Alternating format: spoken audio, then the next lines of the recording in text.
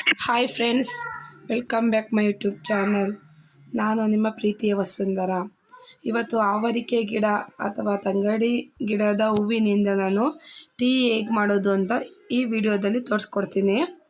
ನಾನು 2 ಗ್ಲಾಸ್ ನೀರು ತೊಗೊಂಡಿದ್ದೀನಿ. ದೊಡ್ಡ ಗ್ಲಾಸಲ್ಲಿ ಒಂದು ಬೌಲಲ್ಲಿ ಹೂವು, ಅದು ಯೆಲ್ಲೋ ಕಲರ್ ಇರುತ್ತೆ ತಂಗಡಿ ಹೂವು, ನೀಟಾಗಿ ಸೋಸಿಕೊಂಡಿದ್ದೆ. ಈಗ ಇದನ್ನ ನಾವು ಚೆನ್ನಾಗಿ ಕುದಿಸ್ಕೊಬೇಕು.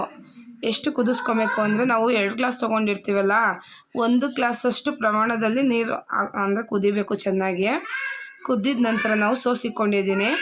ಸೋಸೋಕ್ಕೆ ನಾವು ಸ್ವಲ್ಪ ಬೆಲ್ಲನ ಆ್ಯಡ್ ಮಾಡ್ಕೊಬೇಕು. ಬೆಲ್ಲನ ಆ್ಯಡ್ ಮಾಡ್ಕೊಂಡಿದ ತಕ್ಷಣ ಚೆನ್ನಾಗಿ ಕರಗ್ದಾದ್ಮೇಲೆ ಹಾಲನ್ನ ಹಾಕ್ಕೊತೀನಿ. ಈ ಹಾಲನ್ನ ಹಾಕ್ಕೊಂಡು ನಾವು ಸೋಸ್ಕೊಂಡು ಕುಡಿಬೇಕು. ಇದು ಬಿಸಿ ಬಿಸಿ ಚಹಾ ರೆಡಿಯಾಗಿದೆ ತಂಗಡಿ ಹೂವಿಂದು.